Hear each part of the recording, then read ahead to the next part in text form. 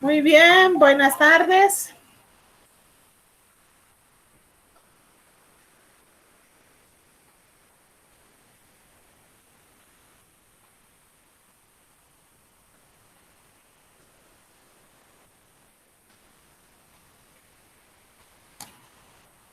Bueno, buenas tardes. Vamos a empezar con esta sesión del 16 de septiembre del 2020. Esta es nuestra 10ª sesión. ¡Ay! Ya nos van a tocar parciales. ¡Qué alegre! 2 sesiones más y llegamos a parciales. Muy bien, 2 semanas más. O ya la otra semana. Jóvenes, ustedes que llevan su calendario.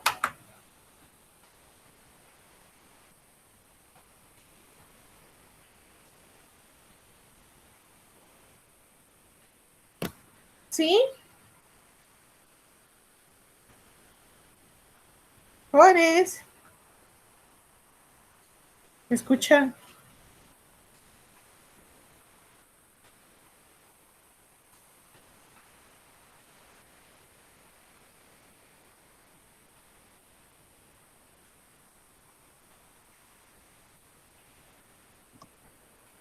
Y aquí se escucha. Muy bien. Si es que no me contestan, no les digo que su silencio me atormenta. Están contestando en el chat aquí. Sí, pero es que tengo que entrar a ver lo que les voy a mostrar y ustedes ahí miren.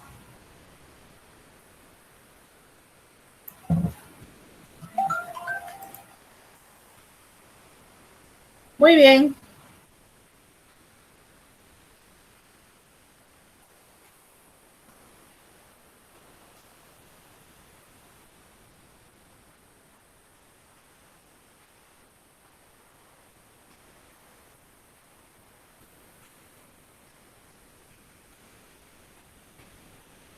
Bueno, ¿cuál es el tema de hoy?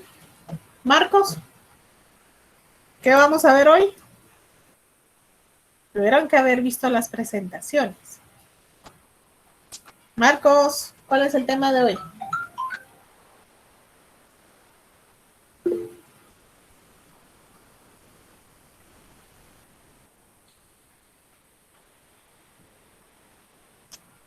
A ver, ¿cuál es el tema?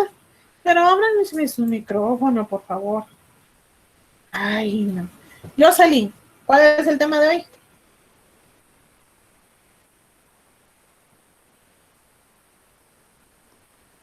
De constructivismo y arquitectura no neoecléctica y neomoderna aquí. Ah, muy bien.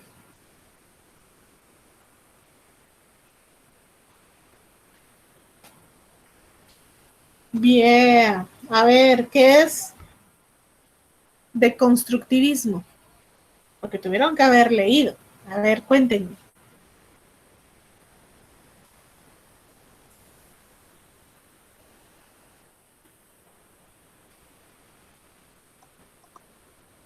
Es un movimiento arquitectónico ¿Sí? ¿Qué más? de finales de 1980, digo yo. Ajá. ¿Qué más? Este, se caracterizaba por la fragmentación, Sí. el diseño no lineal Ajá. e interés por la manipulación de la forma. Digo yo. Sí. ¿Qué Y más? solo de mi parte. Que hablen los demás. Solo. Muy bien, Yosimar. A ver, ¿quién más? ¿Por qué se inicia el deconstructivismo?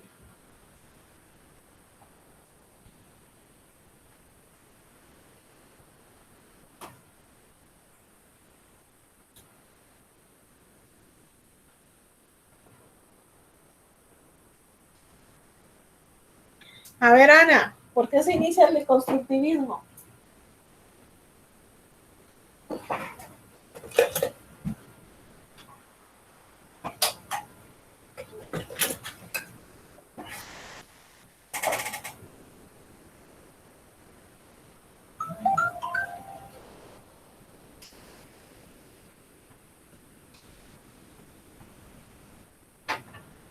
Aló.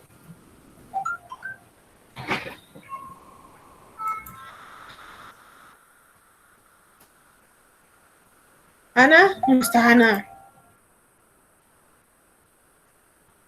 Oh, no está Ana. Entonces, Alan, ¿por qué se inicia el deconstructivismo?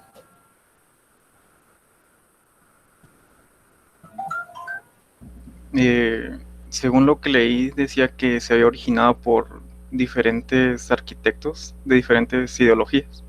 Y de ahí fue que nació el deconstructivismo. Ajá. Solo eso me recuerdo. Muy bien, ¿por qué más?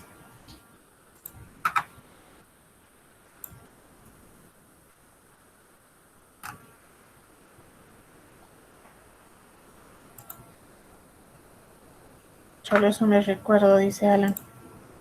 ¿Qué más? Jóvenes, ustedes tienen que leer antes. Eso es fundamental, porque por eso se les envía para que ustedes lean antes. Entonces aquí solo charlamos, hacemos las actividades, nada más. Pero necesito que lean. ¿De acuerdo? Pero si no me leen, entonces estamos mal. Estamos mal. Ya me enteré, dice que en otros cursos son bien activos. Solo en el mío. Pero está bien. Va. Entonces, ¿qué? Tenemos que leer. A ver, ¿qué es el neoclásico? Vamos a preguntarle de Nilsson, ¿qué es el neoclásico?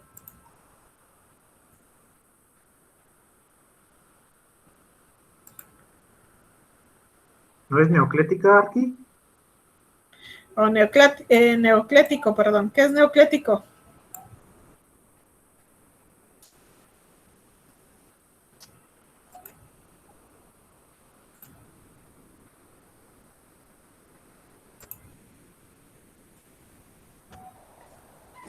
La verdad, eso no lo alcancé a leer, Arqui. ¿Qué manda?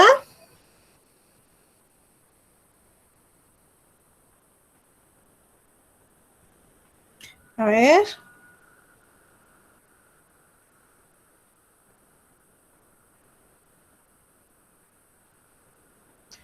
No lo pude leer, Arqui. No lo leyeron, ay Dios santo. Arqui, ¿Qué manda? ¿sería una corriente mayoritaria en el diseño de viviendas unifamiliares? Así, para casitas de familias bien chulas. Ajá. ¿Qué más? Rechazaba las arquitecturas muy simples, más que todo. Ajá. ¿Qué más?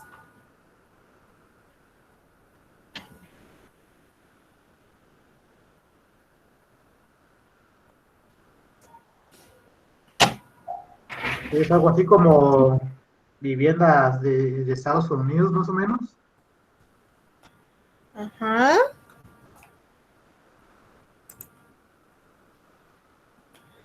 Bueno, sí, el neoclásico es una combinación de todo, pero como su nombre lo dice, es neo, después de, ¿verdad? Y comienzan a rechazar, como bien lo dice aquí el compañero. Recordemos de que estábamos en un proceso de high-tech, el deconstructivismo pues también se estaba dando en proceso.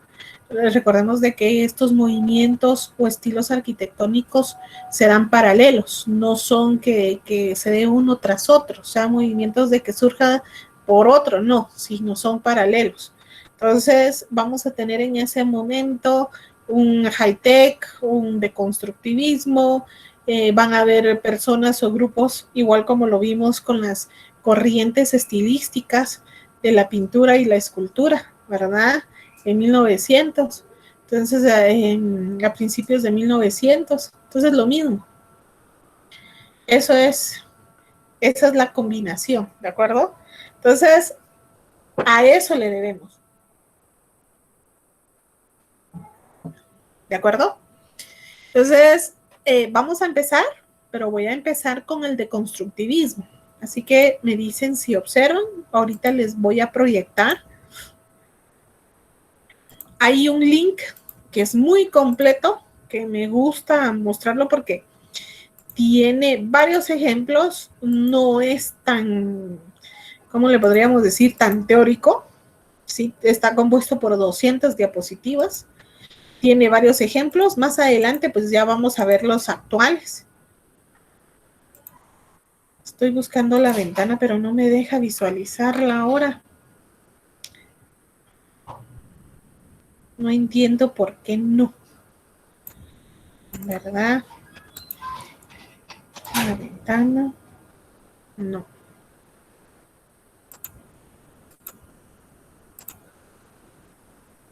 Vamos a ver si nos deja visualizarlo. Ahí estamos. Muy bien. ¿Me dicen si miran, por favor?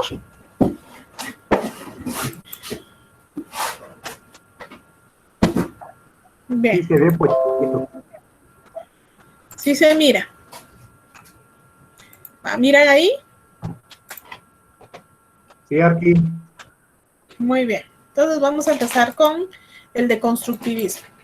Después ya vamos a ir y vamos a ver, o vamos a hablar más bien sobre lo que es el neoclásico. ¿Les parece?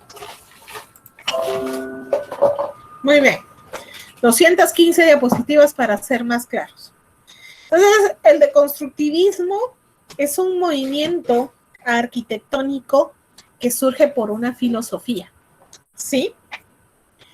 Es en base a una filosofía. Es el querer salir de lo que es el paradigma de que quién dijo que una puerta tiene que ser cuadrada, quién dijo de que una ventana tiene que ser rectangular, quién dijo de que también que los muros tienen que ser de bloques repellados si no hay otras tendencias de materiales. Y esto pues es una evolución que se ha dado a través de la historia, ¿verdad? Porque es esa evolución que vemos a partir de a finales del siglo XIX, con toda la revolución industrial, ¿verdad? Nuevos materiales, después esa implementación moderna o innovadora por parte de la escuela Bauhaus, que generó varios representantes y estos representantes pues los llevaron a varios países. Y después pues que miramos ahí de que hubieron varios arquitectos de que salieron de esos paradigmas o comenzaron a cuestionar mucho la cuestión de la arquitectura, que no tenían que ser un solo movimiento en un transcurso de tiempo, que si no podía ser paralelo. Entonces, a eso se da el deconstructivismo. Aparte de eso, pues a estas revoluciones pedagógicas, filosóficas, que comienzan a embargar a las sociedades y a cuestionarse de qué es lo moderno, que en sí que si lo moderno ya había pasado o estaba por pasar. ¿De acuerdo? Entonces, eso. Entonces, aquí tenemos el deconstructivismo, también llamado deconstrucción. Es un movimiento que surge en los años de 1960 en Francia y tiene su apogeo en los años de 1980 a 1990. Y todavía, pues, se sigue usando en el 2000. ¿Verdad? Todavía miramos arquitectos que lo siguen aplicando, como es el caso de Luis Barragán, algunos, Zaha Hadid, que fue una de las fundadoras y precursoras de esto, pues no se queda atrás lo que es Frank Gehry. Tenemos también a Norman Foster, aunque Norman Foster no es tanto de constructivismo, sino es un poquito más conceptual. Entonces, ¿de qué se caracteriza? Se caracteriza en la fragmentación, ¿sí? Que todo se tiene que ver como que fuera fragmentado, el diseño no lineal, la geometría con formas no rectilíneas, o sea, sí hay geometría por cuestión estructural, pero no es una geometría como la tenemos nosotros estandarizada, de que las líneas tienen que ser totalmente rectas, que tienen que ser horizontales o verticales o inclinadas y llevar una secuencia, sino hay una combinación, pero acá es como decir una proporción áurea desordenada. y utilizan bastante el concepto de estructuras envolventes. Aquí pues se apoyan bastante sobre ese sistema dominó, aunque no es tan dominó porque vamos a encontrar edificios que tienen columnas inclinadas, ¿verdad? Que sale del paradigma. Y esto también va a influir mucho, digamos, las especulaciones estructurales de Gaudí. Gaudí se cuestionaba de cómo era una estructura, se basaba en la naturaleza, y podemos ver de que la naturaleza, incluso podemos ver un árbol, y un árbol, aunque tenga el tronco torcido, pero sustenta bien la copa de su árbol. Entonces, situaciones como estas, ¿por qué no lo llevamos a la construcción? Esa fue el primer cuestionamiento. Y aquí, como bien lo dice, generar en el que está viendo el edificio en algo inesperado, ¿verdad? Que sea impredecible y que se mire como un caos controlado, que tal vez uno cuando lo observa, uno dice, wow, ¿verdad? Qué desorden. Pero cuando uno mantiene y lo observa, mientras más lo observa uno, pues lo hace común, ¿verdad? No se vuelve algo disonante dentro de la misma ciudad, sino se pasa y pasa a ser parte de la misma ciudad. ¿Por qué? Porque tiene su mismo ritmo, tiene su misma secuencia, y como ustedes lo pueden decir ahí, lo pueden leer, dice, es un caos controlado. Entonces, como bien lo decía, es liberarlo de reglas que ya estaban destinadas. Y aquí se rompen 3 fundamentos de la arquitectura que se habían manejado anteriormente, donde dice la forma sigue a la función, que eso lo dijo Louis Sullivan, en la escuela de Chicago, la pureza de las formas. De hecho, todavía este concepto pues lo manejamos en nuestro medio. Aquí en nuestro medio todavía se da así como que la pureza de las formas. Tener ese caos descontrolados nos generan como locos, ¿sí? Pero ¿por qué es esto? Porque todavía nuestra forma de ver el mundo es diferente. No hemos llegado a ese nivel filosófico de estas sociedades, ¿verdad? De los materiales, ¿verdad? Acá pues todavía creemos hablemosle a alguien que va a construir con prefabricado y se queda así como que, pero mi casa se me va a caer. ¿Por qué? Porque ese concepto lo tiene todavía inmerso en nuestra sociedad, ¿sí? Se va a caer. Yo recuerdo, para un ejemplo, claro, yo construí en Shela a mi mamá, ¿verdad? Le construí un apartamentito y lo hice con muro perimetral. Cuando ella comenzó a ver cómo lo estaban levantando, me dijo, hija, eso se me va a caer encima, con el primer temblor ahí me voy a quedar. El concepto que a veces se tiene. Y en Shela pues es algo sísmico. Y gracias a Dios pues no se ha caído tampoco, ¿verdad? Pero le queda a uno la duda, hasta incluso uno como arquitecto dice, ay, se le va a caer, pero no. ¿Y por qué? Porque aparte eso lleva losa, no lleva lámina ni nada, sino lleva losa. Entonces, el concepto que tienen las mismas sociedades. Entonces dice aquí, la forma sigue a la fantasía. Y ese es un concepto que le da y que queda muy a cabal por parte de Bernard Techung, que es uno de los arquitectos que comienza a generar fantasía a través de un cubo rojo. Eso lo vamos a ver ahorita. Entonces, entre los antecedentes en la vía filosófica tenemos a Jacques Derrida. Él fue un influyente pensador filosófico, ¿de acuerdo? Generó nuevas teorías filosóficas en varios ámbitos educativos, sí, en varios ámbitos de la sociedad. Y su pensamiento base fue el de constructivismo, donde critica y analiza y revisa fuertemente las palabras y sus conceptos. ¿De acuerdo? Y sus conceptos. ¿Por qué? Volvemos a caer. Bueno, es una puerta, está bien, el concepto de puerta. Sí, pero él comienza a analizarlo. Bueno, es una puerta, es un espacio para entrar. Pero ustedes, yo les digo, puerta, y ustedes se imaginan un rectángulo. O alguien de ustedes se imaginó una puerta ovalada o esas puertas circulares como los hobbits. A ver, ¿quién se imaginó eso?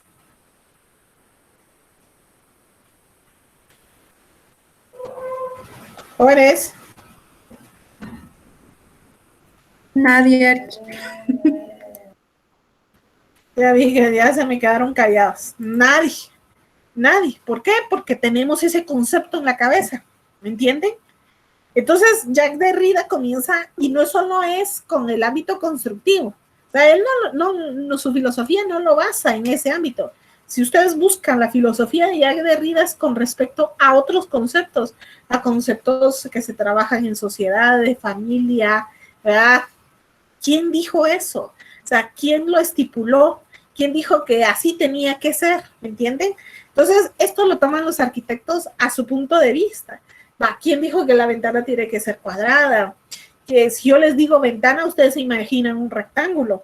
Puede ser de que alguien se lo imaginó con 4 paneles, otro se lo imaginó con 2, otro se lo imaginó con 3, pero nada más, ¿me entienden?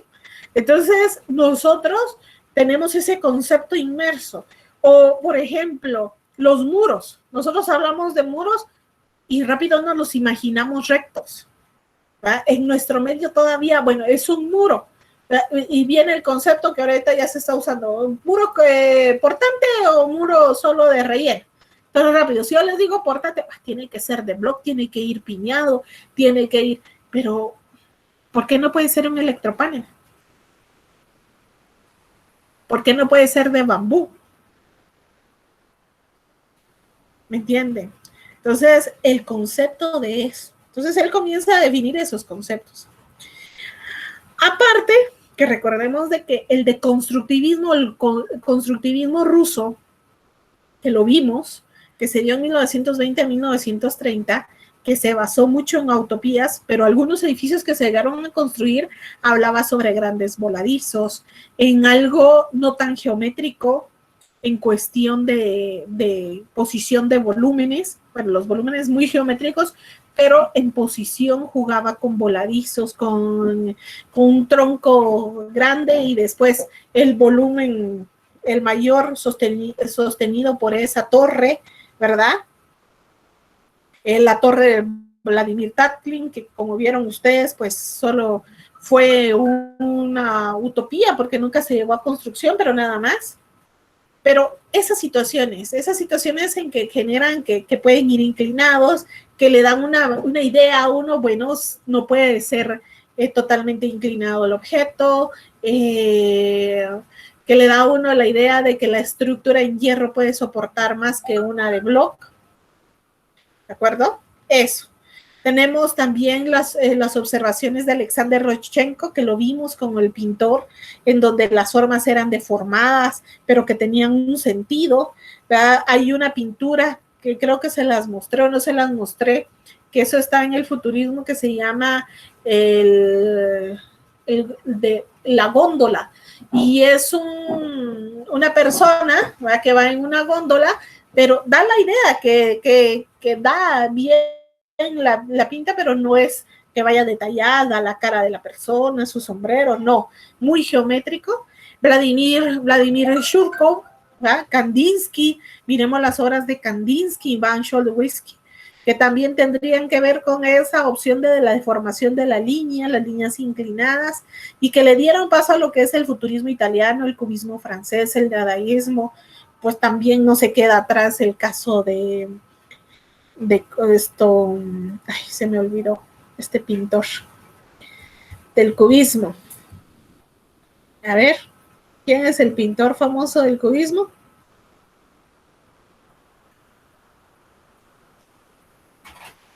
¿Quién es el pintor famoso del cubismo?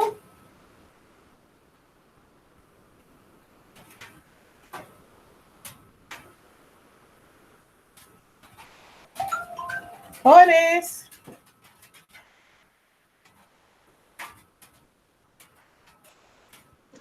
¿No es Salvador Dalí?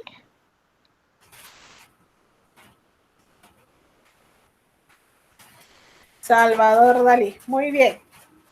Bueno, entonces en las características conceptuales Tenemos, los representantes no ven sus obras como arte, le dan relevancia a la técnica con la que se va a elaborar el producto y el proceso de este lleva, propuestas racionales basadas en la tecnología y la mecánica industrial.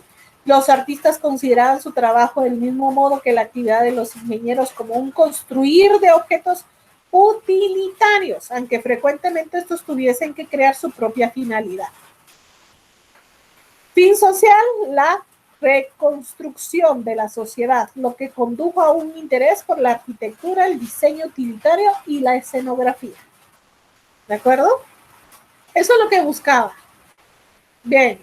Entonces aquí tenemos algunos ejemplos, digamos en el caso de Lisinski, aquí podemos ver la tercera internacional de Vladimir Tatlin, algunos que sí se llevaron a construir, ¿verdad? Pero que solo quedaron como eso, como pequeñas estructuras. Esta pues es una utopía de un árbol, ¿va? Pero no tan bien.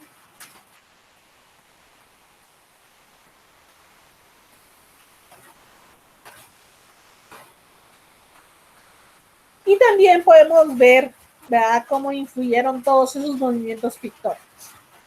Y el primero en tirarse al agua, o el primero en generar una versión de constructivista de un elemento fue el diseñador Bernard Techung, ¿verdad?, arquitecto, que genera una propuesta porque hubo como una licitación a poder intervenir el parque, la Villette, que ya existía, pero quería generar un elemento que fuera emblemático, ¿de acuerdo? Y hacen esta licitación. Entonces Bernard Techung viene y apuesta todo y genera el primer concepto del deconstructivismo. Y esto fue en 1982 en la ciudad de París. Imagínense,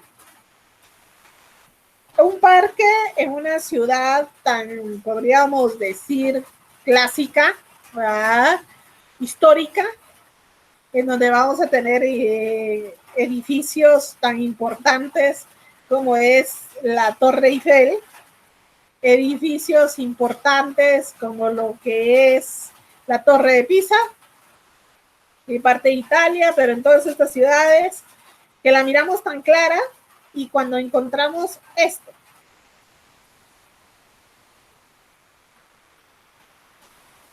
Este es el Parque La Villette en 1982 de París, Francia. ¿Ya habían visto ustedes esta obra?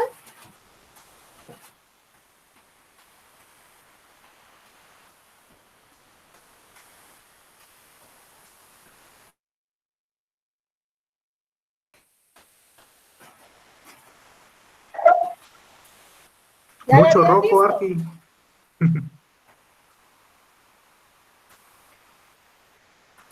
Mucho rojo. Sí, mucho rojo. ¿Y él qué hizo? Les muestro. Hizo esto. Tomó un cubo y lo comenzó a deformar. ¿Va? Comenzó a utilizar todos esos conceptos que ya se habían establecido y que ustedes conocieron en el primer curso de diseño. ¿Cómo se llama el curso de diseño que llevan ustedes? Diseño 1.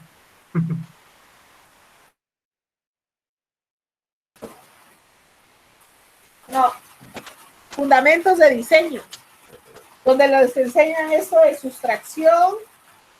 ¿Cuál es la otra?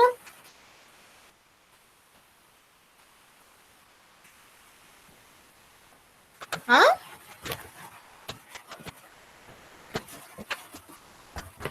¿Cuál es la otra?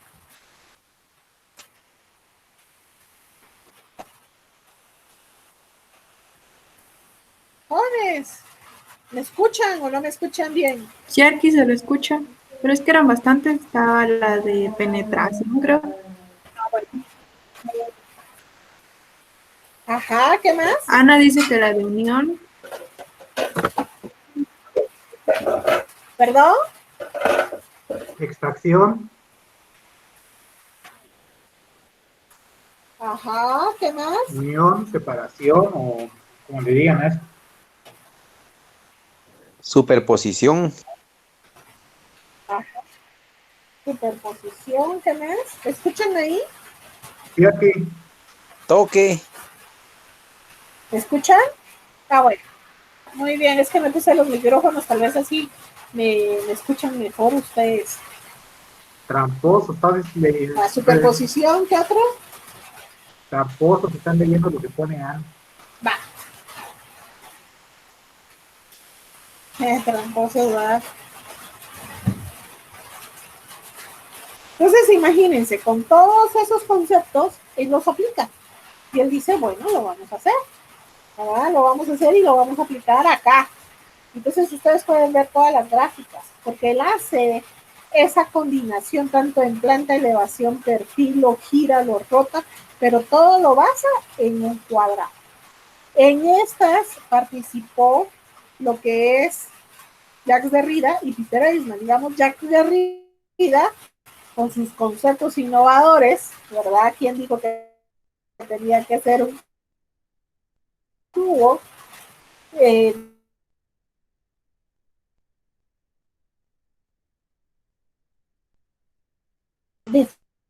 Formaron el objeto, ustedes lo pueden observar ahí. Ese es esta situación de que la arquitectura diera este gran paso innovador fue una exposición que se hizo en el MoMA. El MoMA, pues, es el Museo de Arte Moderno en Nueva York, y genera una exposición en 1988 denominada Arquitectura. ¿De acuerdo? Ya tenían ese concepto implícito. Entonces comienza una exposición y a ver qué pasa, ¿verdad? Porque no lo miraba. Y aquí,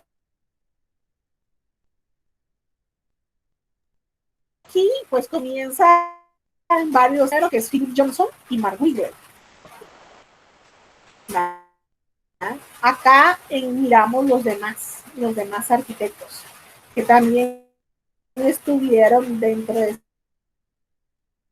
esa exposición. Está Frank Gehry,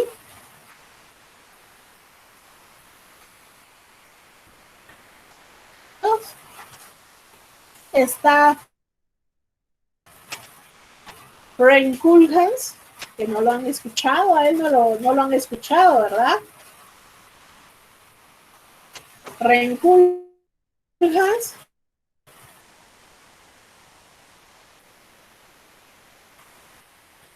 También encontramos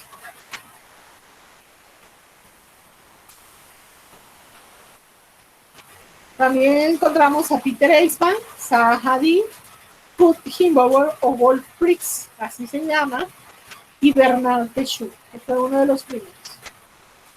Entonces, algunos de ellos pues ya habían generado una corriente de estas, ¿sí?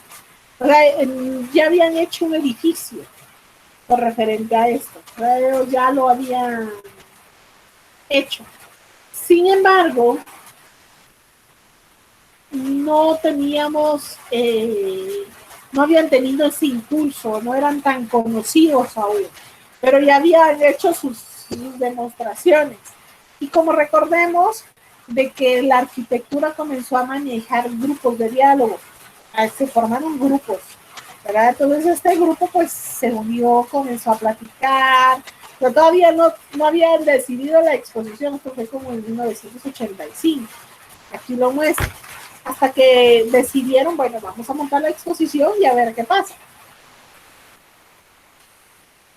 Entonces, esta exposición pues mostró fotos, en otros casos fueron maquetas.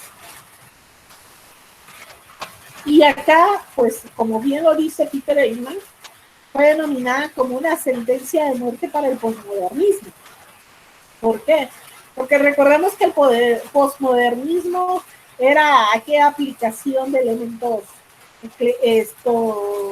clásicos, con arquitectura esbelta.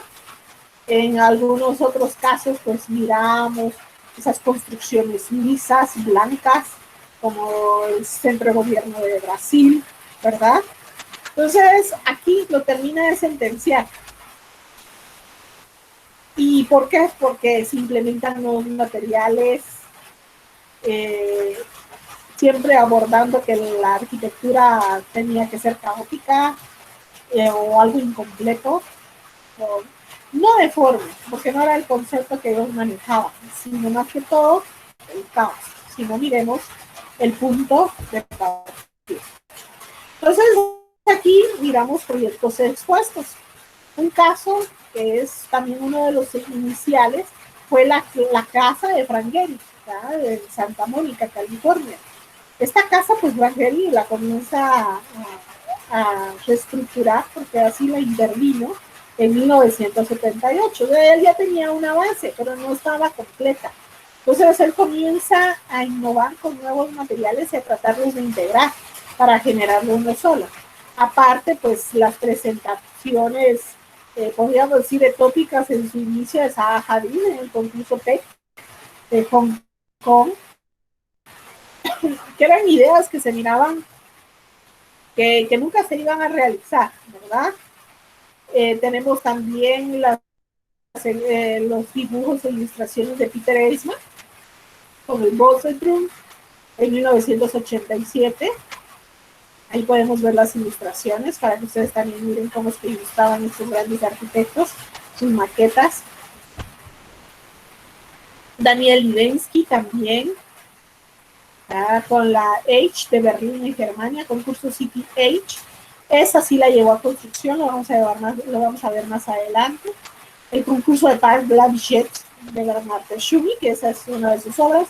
Él toma el cubo y lo comienza a deformar. Hago la aclaración de todas las combinaciones que él eligió algunas y las puso en puntos estratégicos del parque. O sea, su obra no es solo una, sino son varias, pero en base a un cubo, que cuando se unifican, ¿verdad? Como que tomáramos los 3D y los unificáramos, va a salir un cubo completo. Entonces, eso es lo interesante de esto, que él lo deforma y genera como que hubiera dejado caer un cubo en el parque y se hubiera así, ¿cómo le podemos decir? Quebrado y hubieran caído todas las partes. Pero al unificarlo va a ser el mismo cubo. Entonces, por eso. Eso es lo interesante de esto. ¿De acuerdo?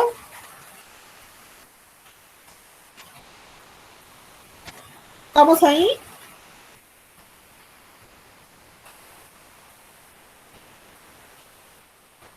¿Alguna duda?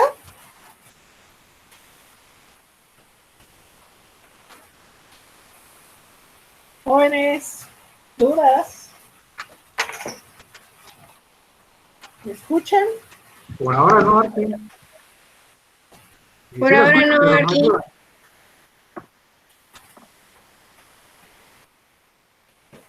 Bueno, ahora ustedes tienen que leer, jóvenes. Que hable.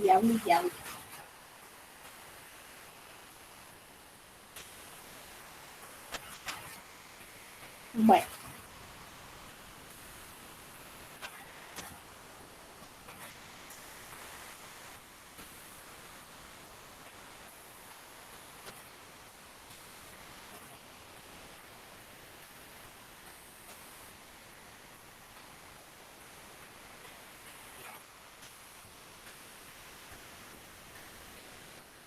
Muy bien, sigamos con la siguiente. Bien, ¿cuáles son sus características? A ver, Ana, hágame el favor, lea.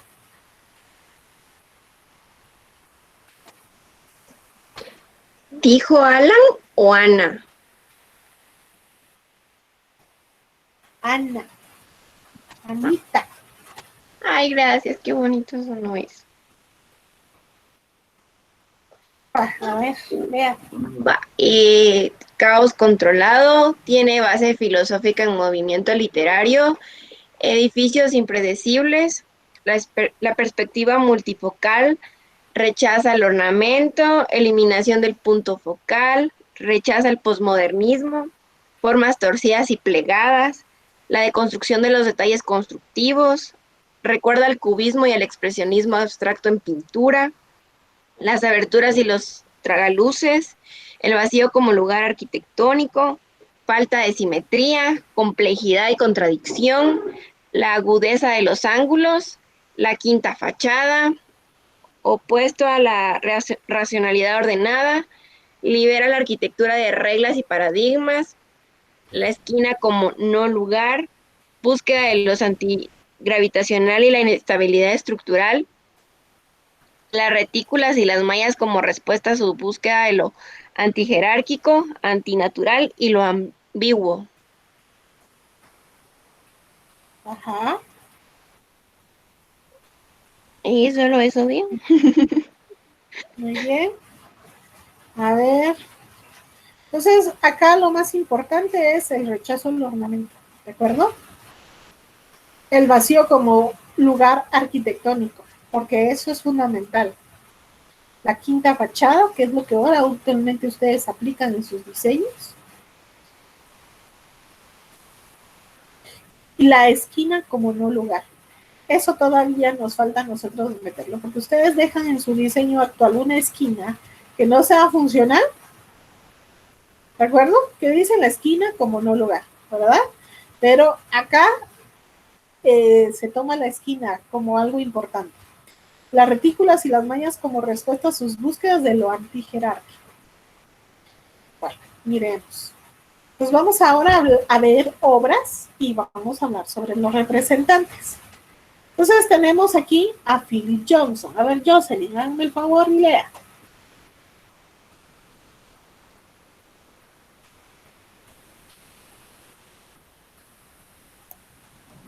Buenas tardes. Hola, querido. Buenas tardes. Dice, nació en Cleveland, Ohio. Ujú. ¿Cómo se dice?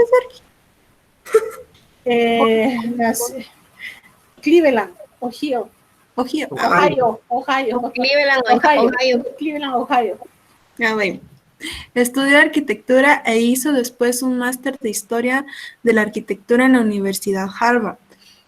Fue director del Departamento de Arquitectura del Museo de Arte Moderno, MoMA, de Nueva York.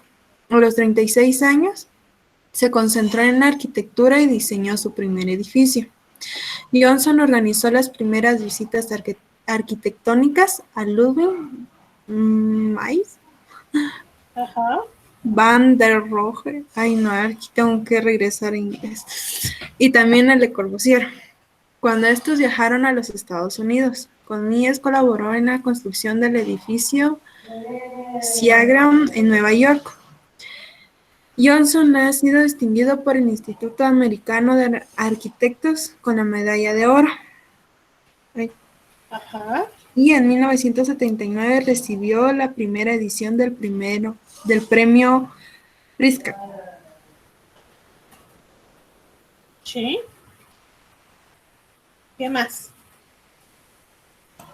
Ya no hay más.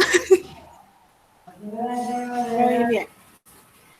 Miren el currículum de Philip Johnson. Ahora miremos sus obras. Ahí está. A ver, le vamos a pedir favor a Luis. ¿Qué características mira usted en esta obra?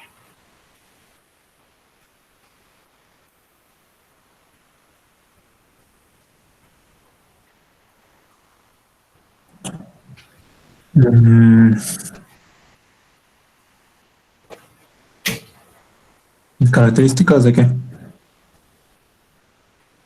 ¿Qué características mira? O sea, ¿qué observa usted? A ver, dígame, descríbame la obra. Pues hay una disminución de un extremo del Ajá. proyecto a otro. Sí.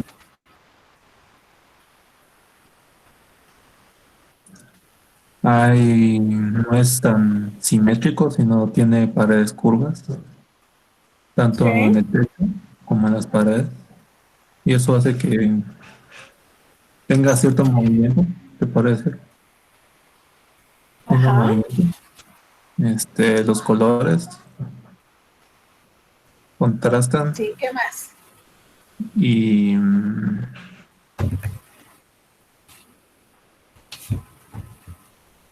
¿Qué más? pues solo, pero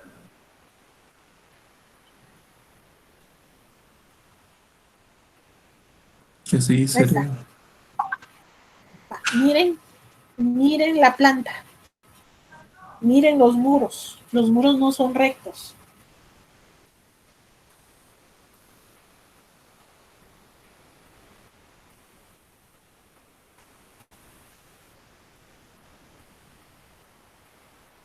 ¿Ya vieron que no son rectos?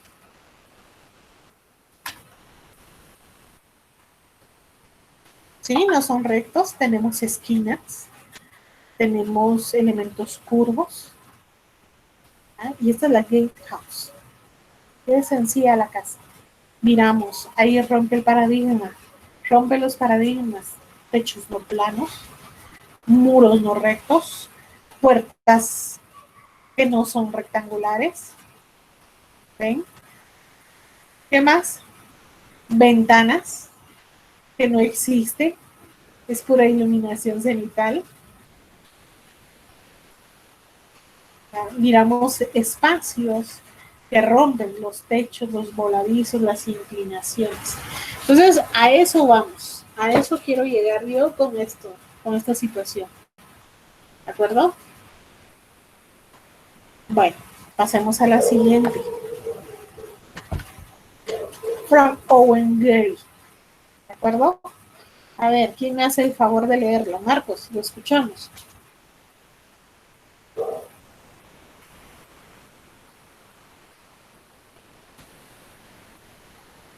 Vaya, si no puede Marcos, entonces sí, Marcos, lo escuchamos.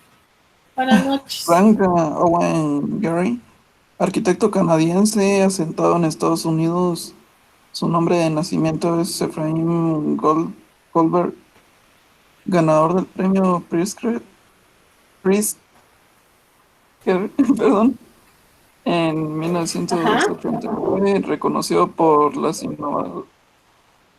innovadoras y peculiares formas de los edificios que diseña. Gehry considera que la arquitectura es un arte en el sentido de que una vez terminado un edificio, debe ser una obra de arte.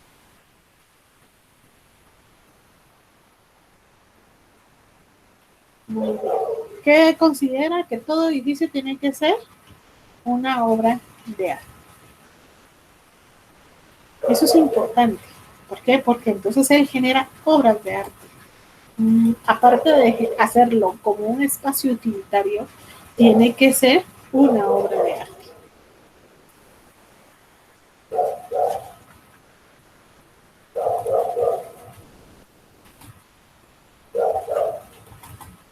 Bueno, vamos a ver su obra de arte. Sus obras, porque son varias. Bueno, la primera es la casa. Su casa. ¿Sí? Podemos observar ahí. Al principio, pues todos lo creían loco. ¿Cómo le va a poner material como tipo lámina afuera? Esta parte de acá, ¿verdad? Como reja en la parte superior, el juego de gradas. Si ustedes se dan cuenta, daría la sensación, a ver qué sensación les da a ustedes cuando la miran sin saber de que era hecho por un arquitecto. ¿Cómo la miran ustedes? ¿Cómo la hubieran descrito?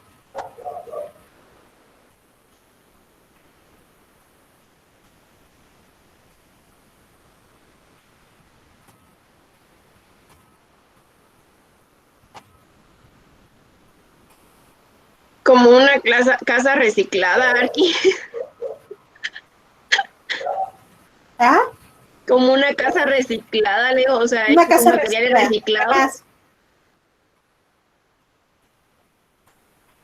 Ajá, ¿qué más? En pocas palabras, está muy raro. Se mira muy desordenado. Tal vez es un Muy caos desordenado. controlado.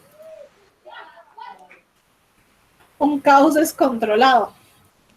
Controlado. Ah, pero ustedes lo miran como controlado. Muy bien. Ahora, ¿pero cómo lo miran ustedes? Bueno, ustedes dicen reciclar.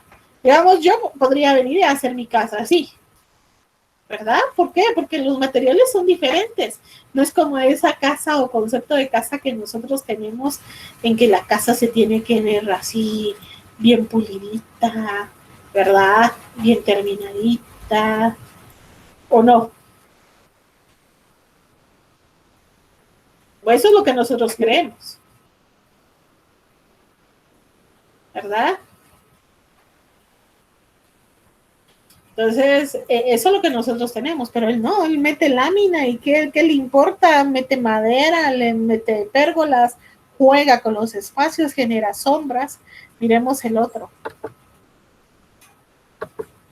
Ahí está, miren esas esquinas. Y estas ventanas inclinadas tienen una razón en su cocina. Tiene una sala ahí. Sí, nosotros creemos de que una casa lujosa tiene que ir pulida, pero una casa de diseño, a eso voy, no lujosa, a una casa de diseño, que tiene que ir pulida y que todo tiene que tener un porqué, pero no. Aquí tenemos una respuesta clara. Miremos otra opción. Estos son los planos de la casa. Miren, es funcional. Él jugó con solo el exterior, pero internamente es cuadrada. Creo que aparecen unas fotos internas. Ahí tenemos las elevaciones, las secciones. ¿Ven?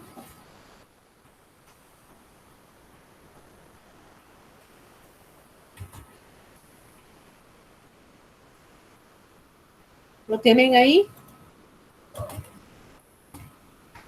En diseño Pasemos no a la nos dejarían siguiente. hacer eso. Qué triste. Cabal. Miren este es otra. Sí, eso es cierto, Museo Vitra. ¿Por qué? Porque los comienzan a cuestionar. ¿Y estructuralmente funciona? ¿O no? Se sabía para los Inges. ¿Verdad? Pues si sigue en pie, entonces sí sirve. Sí, pero les preguntan, ¿estructuralmente funciona eso? ¿Usted cree que va a funcionar? No sé, hay que le diga ¿Qué al Inge. materiales le va a colocar? Que Tal le vez diga al Inge. en el país que está así aquí, pero tal vez en el país que está así aquí, pero acá no creo que funcione. ¿Pero por qué creen ustedes que es eso? Es por nuestra filosofía, la filosofía que existe todavía dentro de nuestra propia sociedad. No es otra cosa. Yo les puedo proponer, yo les puedo decir, pero va inmerso nuestra filosofía de sociedad. O sea, hasta que no exista un cambio filosófico dentro de la sociedad, no va a ser aceptados los estilos. Como ustedes dicen, en otro país. Y que no vengan y que digan es que estamos en un lugar sísmico. Eso es mentira. Porque los japoneses sí lo pueden hacer. Y eso que ellos sufren más terremotos que uno. Es que Por el también tiene dinero que ver por el dinero. No, y tiene que ver también la cuestión económica. Bueno, pero eso es otra cosa que para qué les cuento. Sí, es complicado. Es complicado. Es complicado porque o sea, aquí van inmersos muchas cosas, costos, ¿sí?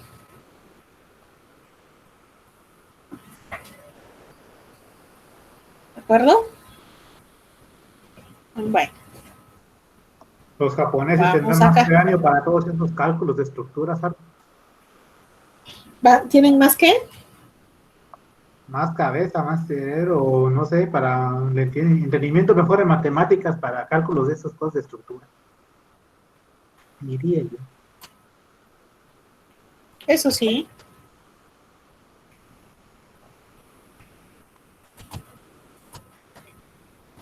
Eso sí. Miremos los demás.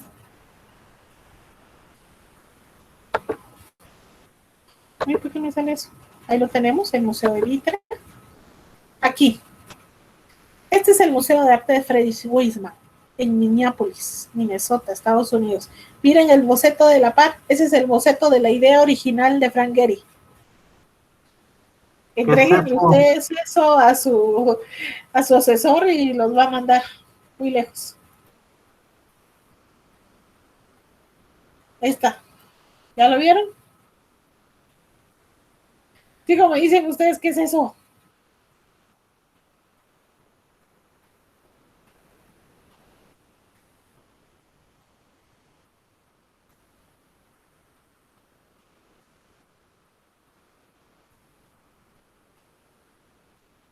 ¿Ya vieron? Sí, Pasemos a la siguiente. Miren ahí. Esa es la parte de atrás. Miren la combinación. Pero la verdad sí se parece. O sea, esa es la parte de atrás del edificio. Es el mismo edificio, solo que visto de otro. Este, que es el Museo Guggenheim de Bilbao. Él lo tomó en base a una sirena. Ese fue su boceto. Si ustedes lo buscan, su concepto se basó en una sirena. Otros decían que era en base a un barco.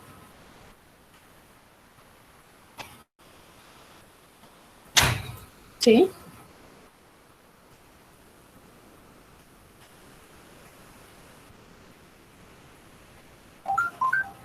Bueno.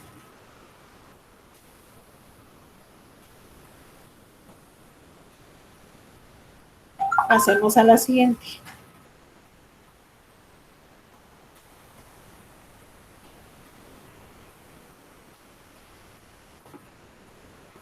Vamos a la siguiente. Ahí la tenemos.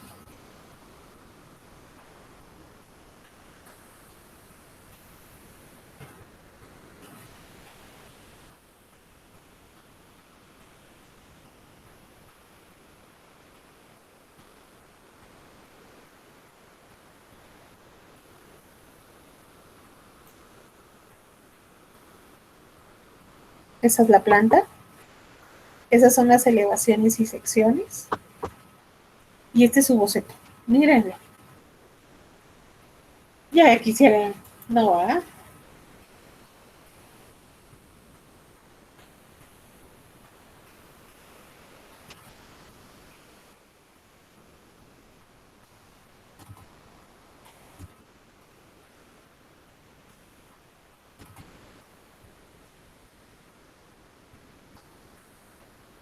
Siguiente.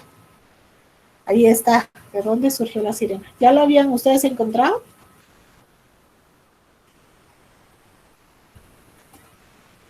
No.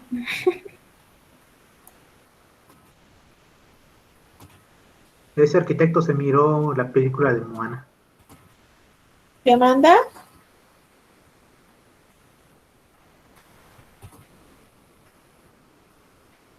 Moana, va.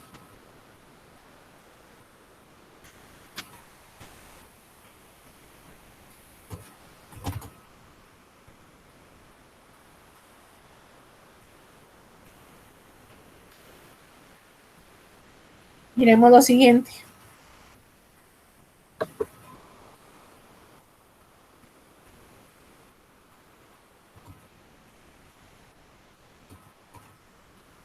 Ese es la casa danzante de Praga, República Checa. Ese creo que lo habíamos analizado en filosofía. No sé si se recuerdan. A ver, ¿quién es la mujer?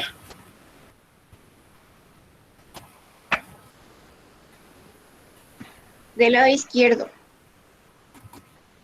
La cosa curva. El que tiene cristal. Correcto. Ella es la mujer. ¿Ya vieron el brazo? Ajá. Solo que tiene Sí. como 3 ¿Y patas. quién es el caballero? Ahí. Ajá, ¿y quién es el caballero? El Todo otro. triste sin color.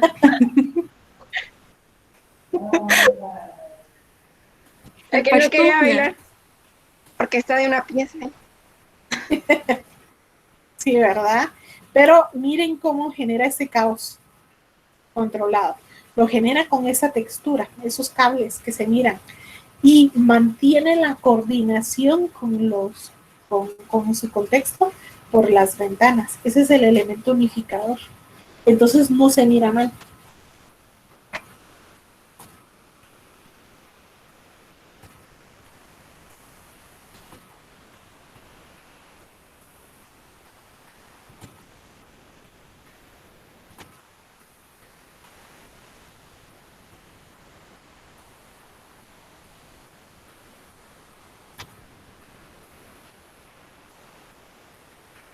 Bueno, entonces, miren, el elemento unificador es la ventana. Seguimos. Ahí está. Dice, con la idea de crear un edificio emblemático en Praga, la empresa I contrató a los arquitectos Rangeri y Demiluk para que llevara a cabo el proyecto arquitectónico. concediéndole un presupuesto casi ilimitado y total libertad artística. Entonces, por eso es que la llaman la casa danzante. Entonces, con esas molduras, las molduras no son rectas, están onduladas. Y las ventanas están aleatorias porque no están ni siquiera, ¿qué les digo yo? Llevan una secuencia en cuestión de altura. Ustedes lo pueden ver ahí. Hay algunas que están más bajas, otras más altas. Pero regenera esta secuencia visual con los demás edificios que tienen un montón de ventanas. De ahí es por la cantidad, no tanto por la alineación. A eso voy.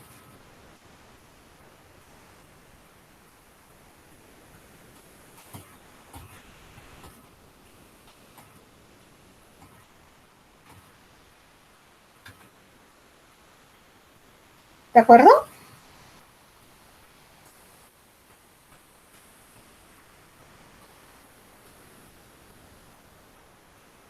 Ahí lo tenemos. Este que es el edificio del Banco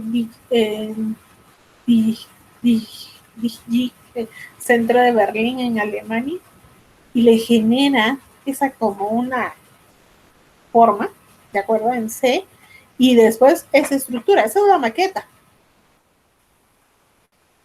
Y esto lo hace porque... Yo veo una mano intentando agarrar. Manda, sí, correcto. Pero, y lo genera de esta forma, porque como bien lo dice ahí, por las normativas de construcción, o sea, él no se podía alocar exteriormente. Pero entonces decide generarlo muy sobrio alrededor y en el interior hace su desorden. Ahí está. No tenemos, aquí es el exterior. Ese es el exterior. La fachada, esa es la fachada. Ay, qué raro, no aparece. Creo que más adelante está esa foto de ese edificio. Si no, búsquenlo en DigiCenter. Creo que está más adelante. Vamos a seguir buscando. Fachada de Paris y Platz. La fachada Barenstrains. Ahí tenemos otra que viene así como en degradado. ¿Sí? Ahí lo tenemos. Pasamos a la siguiente. Ahí está. Miren eso. Ahí está lo que miramos en maquetas. Esa estructura, y así como lo dice Yosimar, la mano y va al túnel, ¿verdad? Pasa un túnel, pero tenía su fin, o sea, no era solamente por generar algo extravagante en el interior, porque así lo podemos ver algunos, ¿verdad? No, sino también tiene su función, pero lo hace con un orden, un desorden controlado. Ahí miramos las techumbres, y también esto tiene que ver por cuestión climática, ventilación, iluminación, no nada más de generar. Ahí lo tenemos. Aquí tenemos el Centro State, Instituto Tecnológico de Massachusetts. Ahí, aquí hay otra foto. Me dicen a qué se parece, porque está bajo un concepto. Creo que más adelante está la otra foto. Ahí lo tenemos.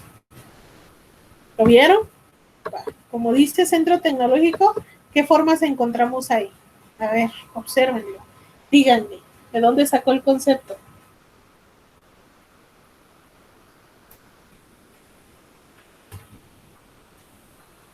Cubos, conos y torres. Ajá, pero ¿de dónde sacó el concepto?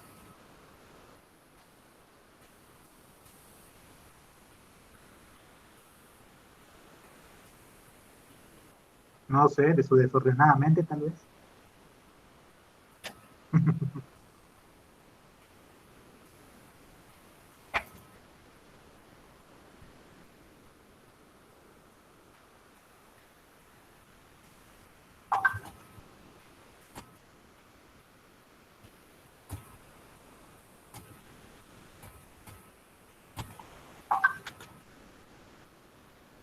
Bueno, a ver, pues.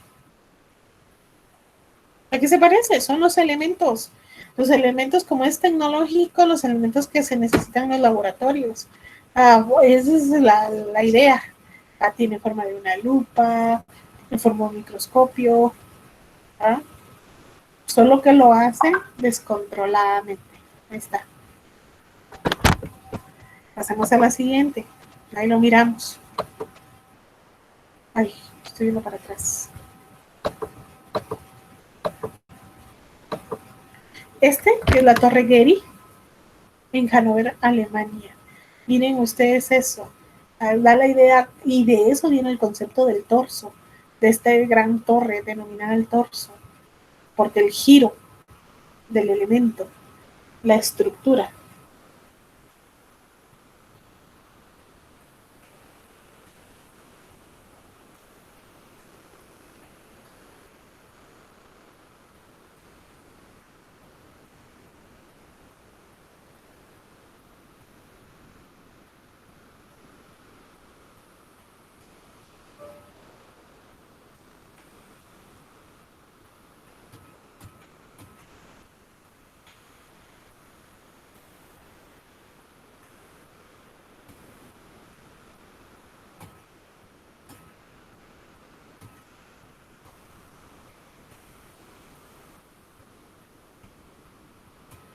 ¿Sí?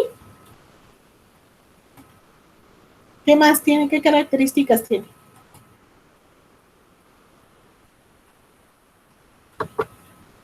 Miren el pabellón Jack Pritzker en Chicago. Es enorme y tiene esa estructura intermedia por la iluminación. O sea, tampoco no es, ahí está, no, sino tiene su porqué. Eso es lo interesante de este tipo de arquitectura. Cada elemento está bien pensado. Ahí lo miramos. Tiene esas formas raras para que se refleje la luz del sol aquí. Yo digo bien. Ajá, sí, y también por cuestión de acústica. Por cuestión de acústica y las estructuras así intercaladas es por la iluminación.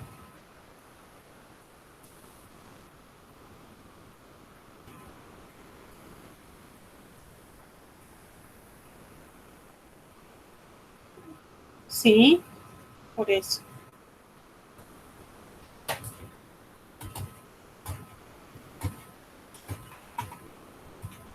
Pasemos al siguiente.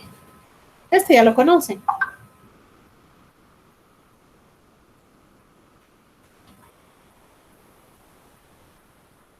Mickey Mouse. Sí, el de Mickey Mouse. Miren el interior.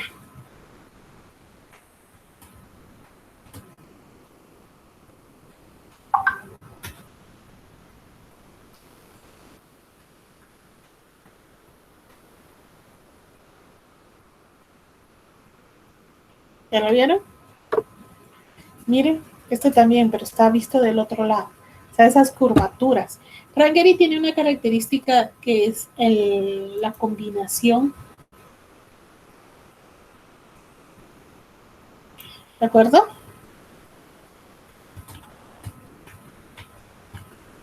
De láminas. Él manda a hacer su propio material.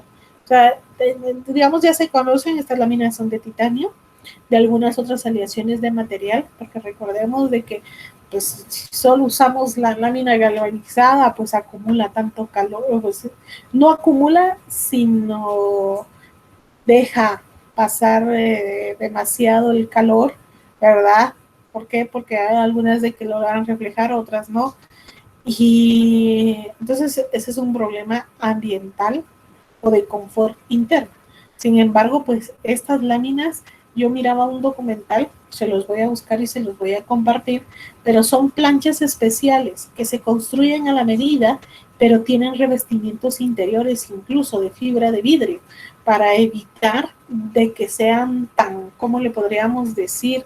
Tan calurosos los ambientes, sino evita esa transición. Entonces es importante. Y manda a hacer los materiales, incluso los colores. Este es el edificio Peter Lewis en Cleveland, Ohio, perdón, en la forma que viene. Miremos ahí cómo genera esos voladizos. La combinación con el ladrillo o con la combinación de otro material como es el concreto. O sea, se anima a hacer estos cambios. Estaba viendo yo la vez pasada por buscar películas sobre arquitectura, encontré una que se llama El Arquitecto, pero no estaba fuera de la realidad de lo que él quería hacer, ¿verdad? Dentro de la casa, pero sí tiene, no me gustó al final la trama de la película, porque para qué les voy a decir, pero tenía elementos ahí arquitectónicos. El edificio Peter Lewis por el interior y el concepto tanto lo plasma como en el exterior como en el interior, porque tampoco no, Frank Gehry tampoco no hace una arquitectura solamente envolvente como lo mirábamos al inicio, sino la lleva al interior, entonces genera espacios diferentes y recordemos de que eso psicológicamente para el usuario es bueno el cambio de alturas, el cambio de texturas, ¿verdad? El ver, imagínense ir caminando acá, ver que un voladizo como que le fuera a caer a uno a la par, ¿verdad? Eso lo hace interesante, se hace interesante la arquitectura. Vamos acá. Que este ya también lo habíamos mencionado.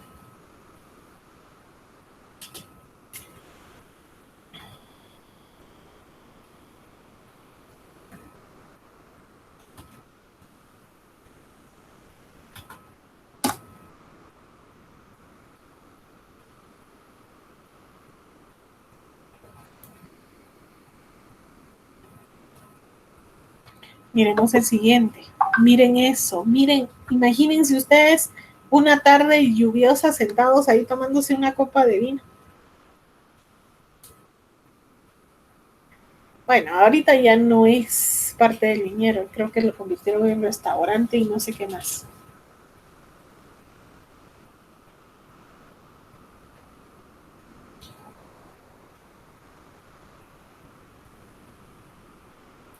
¿Sí? Vale, ya no me contestaron, quiere decir, ahí está. La siguiente, en cada forma envolvente. A ver, dígame, Alan. Hola. ¿A qué se parece? ¿De dónde sacó Frank Gehry el concepto? Parecen unos listones. Envolturas de dulces. Ajá, también Diga. puede ser. Envolturas de dulces. Envoltura de dulces, pero si es un viñero.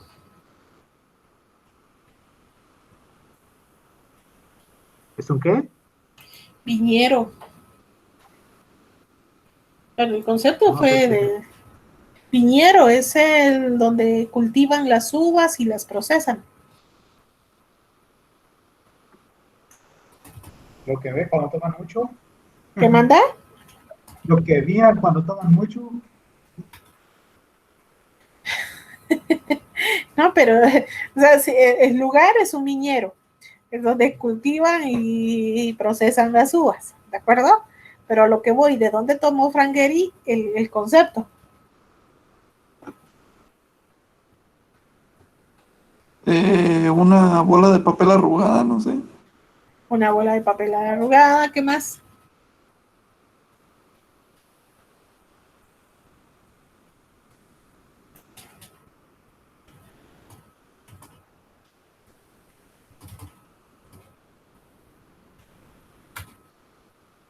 ¿Qué más? Una Quizás pasta podría toda ser un arrugada. A ver, uno por uno. ¿Quién iba a hablar?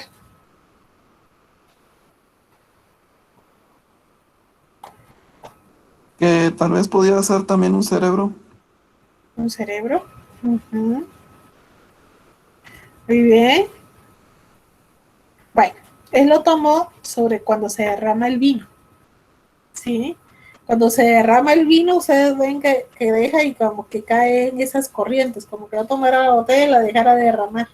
Y esas tonalidades, eso es lo que él tomó y quiso representar. Por eso los pliegues. Miren el interior. Está todo bien estructurado. Aquí nada que tu simetría en cuestión, igual la cuestión estructural. A veces se pide es como que armáramos algo y colocáramos una varita sobre esto y eso se transmite en la misma naturaleza. Si no, miremos una arañita hace su telaraña, pero no saca su metro, a ver, vamos a medir que me queden a la misma distancia. Si ustedes lo observan, hay algunas que están más juntas, otras más distantes, pero es resistente. o como construye la abeja un panal que va colocando tirita sobre tirita y lo va armando a manera de darle resistencia. Entonces aquí lo tenemos. Este es el Museo Biodiversidad o Biomuseum en Panamá.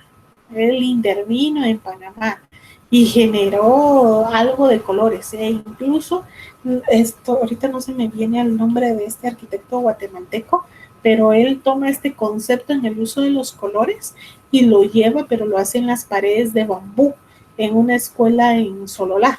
Ahorita me estoy recordando el nombre de este arquitecto que toma este concepto, ¿no? La combinación de colores, e incluso, pues nosotros sabemos que cuando tiene que ver con algo educativo, nosotros tenemos que usar los colores primarios y los secundarios para hacerlo atractivo a la vista y que dé ese concepto que es algo educativo.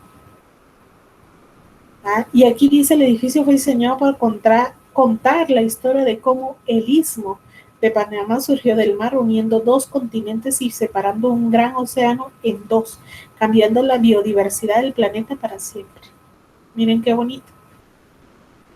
Entonces tenemos el museo de 4.000 metros cuadrados. Imagínense. Así que hay un pretexto para ir a Panamá. Vayan a ver la obra de Frank Gehry. Porque para Panamá no necesitan visa.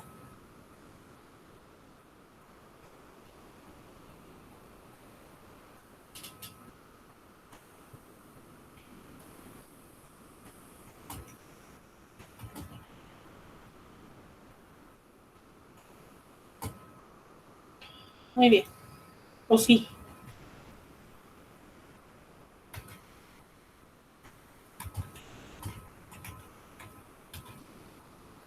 Voy con la siguiente. Ahí está. Miren ustedes ese bosque. Oh, sí, es emblemático. Imagínense los que tienen que dibujarle para él. Ahí está. Va. Daniel Libeskind. A ver, ¿quién nos hace el favor? Le vamos a pedir favor a... a Luis. Léanos la vida de Daniel Libeskind. Libeskind. Te escucho. Dice, el arquitecto estadounidense nacido en Polonia, estudió música en Israel y en Nueva York, pero ha decidido abandonar la música y dedicarse a la arquitectura. Estudió primero en el Cooper Union for the Advancement of Science and Art en Nueva York y obtuvo posteriormente un título de postgraduado de la Universidad Essex en Inglaterra. Ha introducido en la arquitectura nuevos conceptos. Se caracteriza por abordar los proyectos de forma multidisciplinaria, resolviendo todos los aspectos de su propio diseño. Muy bien. Ahora miremos. Este es el Museo Judío en Dinamarca. En Copenhague, en Dinamarca. Miren ustedes eso. Ahí rompe con... Y aquí ya los demás habían propuesto lo de la quinta fachada, romper el paradigma de las ventanas, ¿de acuerdo? Hace el bloque y el contraste con el elemento que tiene a la par. Él se acomoda a esa jardinización. Lo que busca es que todos los ambientes queden iluminados. Ahora van a decir, ¿por qué iluminados? Y casi que no tienen... Esas líneas que ustedes observan son las ventanas. Vamos a verlo acá. Y tiene que ver con la música. Esa continuidad del espacio. Ahí lo miramos. Los jardines. Toma esto y, como bien lo dice, trata de hacer una semejanza abstracta sobre lo que es el paso. ¿De acuerdo? Esa no es carretera, si no estoy mal, sí es una carretera. Pero ahí lo miramos, ¿de acuerdo? El quiebre. Miren ahí. la entrada, que lo invita a la misma secuencia del edificio, le va mostrando a uno cuál es la entrada y cuál es el final. Ahí miramos el detalle de esas ventanas. Miren, todo debidamente calculado. Ahorita vamos a ver fotos del interior. Ya está en el piso ustedes. O sea, ni el piso es simétrico. ¿Verdad? Porque hasta en eso, uno como arquitecto tiene que pensar en los pequeños detalles. Eso es lo que busca. Digamos, ahorita ustedes en sus proyectos ya les están pidiendo interiores. Pero el interior ustedes lo tienen que llevar, lo que ustedes piensan, que cómo va a querer exteriormente, pues también el concepto se tiene que mostrar en el interior. Y eso tiene que ver con cada uno de los detalles. Cuando uno hace su presentación es que, mire, yo voy a colocar el techo así, voy a poner... Entonces, ahí se ve implícito el diseño. Porque si solo trabajamos volumetría y ahí está, no, sino los pequeños detalles. De hecho, hasta cómo va a ser el diseño de la puerta, de la ventana, si fuera una vivienda especial. Entonces, miramos ahí la forma, miren los elementos que están acá, porque ni es grava, sino son como pequeñas placas que tiene un concepto. Miren esas ventanas. Esa es la iluminación de la quinta fachada. Se miran como que fueran partes ¿de qué? De una nave espacial, ¿verdad?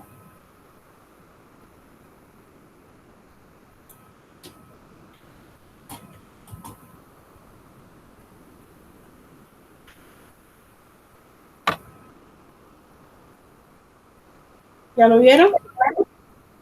Ya me imagino que tuvo que cortar esos vidrios, ¿sabes? Sí, el costo, y es grueso. En algunos lleva doble vidrio, materiales especiales. Miren la ampliación del Museo de Arte en Denver, Colorado. A sacar ese voladizo y llevarlo, y son espacios útiles, porque no es nada más. Ahí lo miramos de otra forma. No es un techo totalmente inclinado. Aquí lo miramos el ingreso, miren el ingreso, miren la entrada. Miren esos chorritos de agua. Esto es importante. Ya ven por qué es tan importante la historia, porque ahorita a ustedes les está rompiendo los paradigmas. Entonces, de aquí en adelante sus diseños van a ser diferentes. Tal vez han encontrado casos análogos, pero a veces es muy difícil porque no conocemos los nombres de los arquitectos. Pero cuando van conociendo y van viendo, entonces ya ustedes se van enfocando alguna línea. Cada uno lleva su línea. Digamos, a Frank Gehry le gustan las formas curvas, ¿va? Philip Johnson es más que de muros inclinados y la diversidad de colores. Y aquí, ¿de quién estamos hablando ahorita? ¿Quién es? ¿Obras de quién estamos viendo?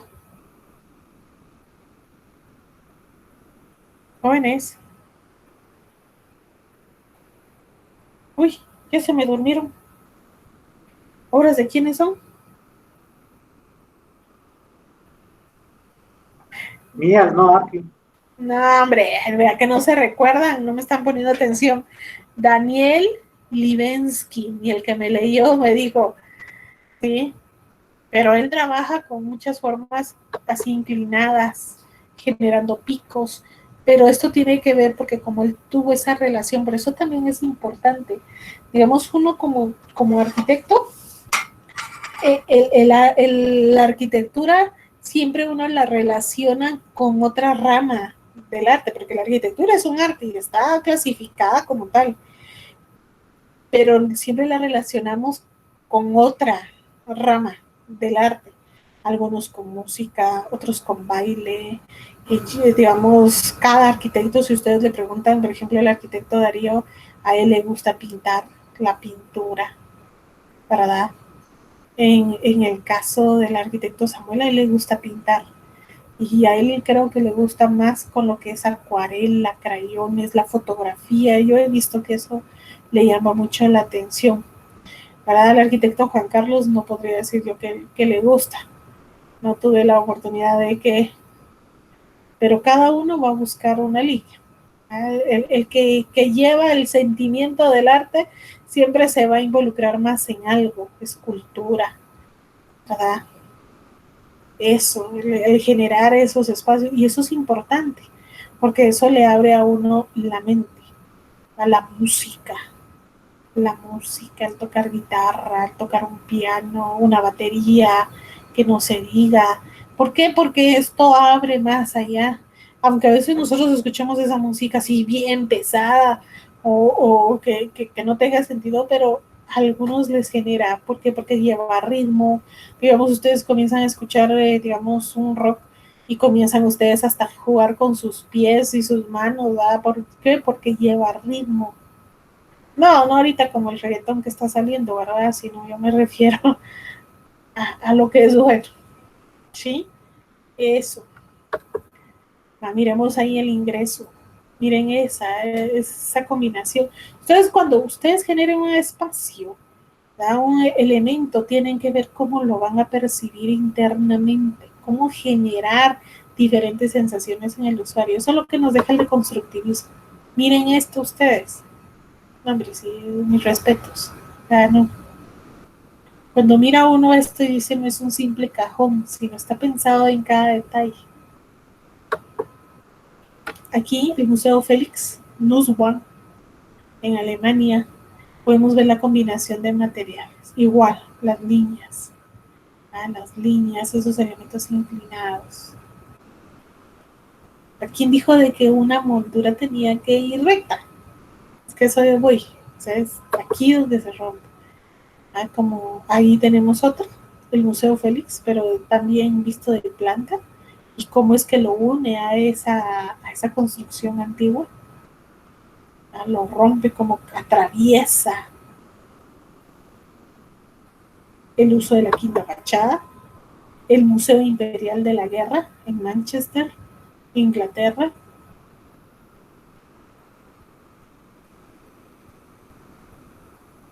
Y como que se mantuvo sobrio, ¿verdad? Pero lo toma de esto, él viene y toma los continentes, los genera como planchas, ahí viene su concepto. Pero todo también tiene un concepto implícito, no es de que, de la manga se lo sacaron, no, tiene un concepto implícito. Por eso es que también yo les pregunto cómo lo miran internamente, pero sale totalmente de esto. Ahí lo miramos, miren.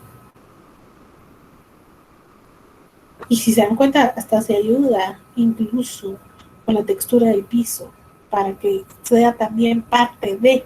O sea, el parqueo está bien distribuido. Sin embargo, la textura que tiene el piso y los recorridos lo hacen parte del diseño. Es cuidar cada uno de los detalles. La iluminación. ¿Qué queremos nosotros resaltar de nuestro edificio? Aquí miramos el Museo Contemporáneo Judío en California. Miren ahí que atraviesa la pieza como que fuera un bloque, está construido, pero lo atraviesa otro bloque de otro material. Vamos. Y se basó en las letras del Chai.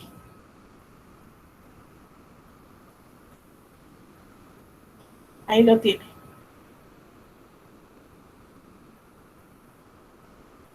¿Qué significa? Vida. Ahí miramos la planta y es funcional.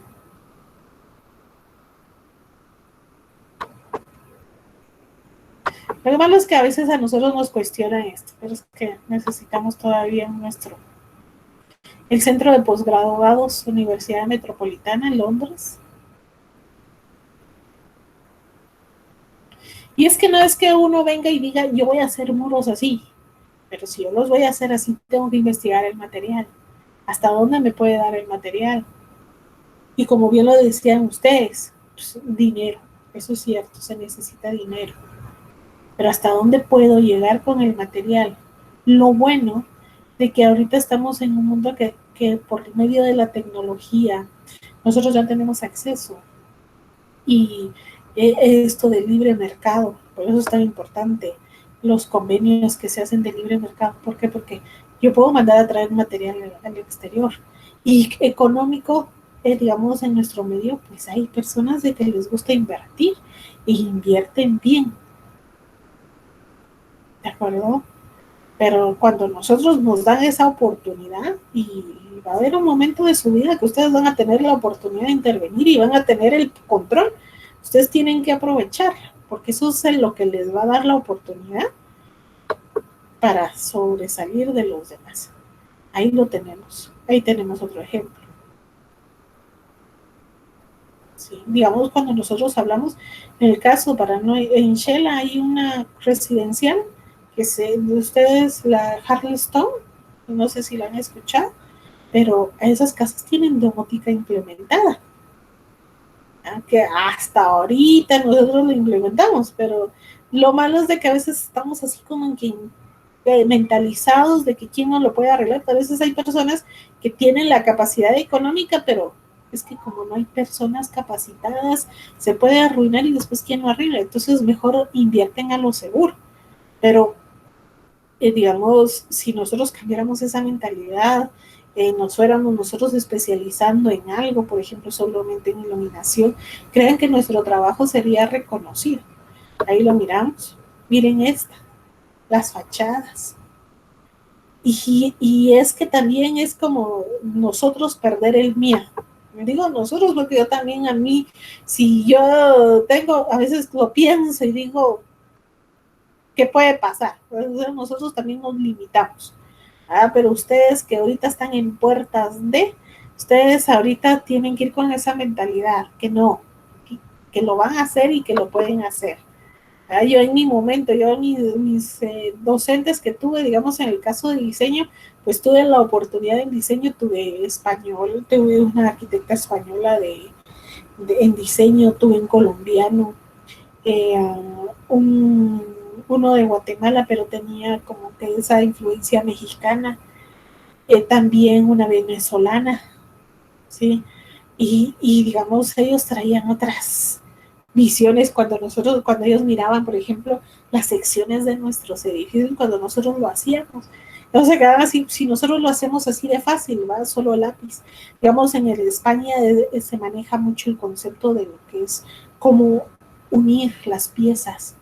Eso es para ellos fundamental, no tanto la estructura en cuestión de que tiene que ser totalmente geométrica, porque a veces venimos tan concentrados en eso que miren las columnas a cada 4, tiene que ser a cada 5, no. Ellos, aunque fueran unas columnas inclinadas, pero cómo iban a ir ensambladas, y todo lo trabajaban con premaquetas estructurales hechas con palillos para ver si funcionaban, se les colocaba peso. El colombiano hablaba más sobre lo que es la percepción espacial, cómo se va a sentir esa persona cuando esté adentro, cómo va a generar ese ambiente, y más urbano, digamos, en ese tiempo pues estaba lanzándose el nuevo concepto urbano en Colombia. Ellos tienen los primeros ciclovías, entonces eso es lo que interesa. Entonces los invito para que sigan viendo la presentación, ¿de acuerdo? Ya vamos sobre tiempo. La próxima sesión voy a hacer una sesión el lunes y otra el miércoles para que nos pongamos al día, porque sí necesito que lean, necesito que hagan actividades. Yo dije, bueno, con dejar una sesión para que hagan sus actividades, pero por lo visto no quieren leer. Aquí, ¿sí? Una pregunta. Viera que en la hoja de trabajo número 4 no aparece en qué actividades debemos realizar. No aparece. Bueno, entonces no. Yo voy a rectificar eso y les indico, ¿de acuerdo? Gracias, Arqui. Y tampoco en la 5 y en la 6. No, esas todavía no. Pero en la 4 tampoco.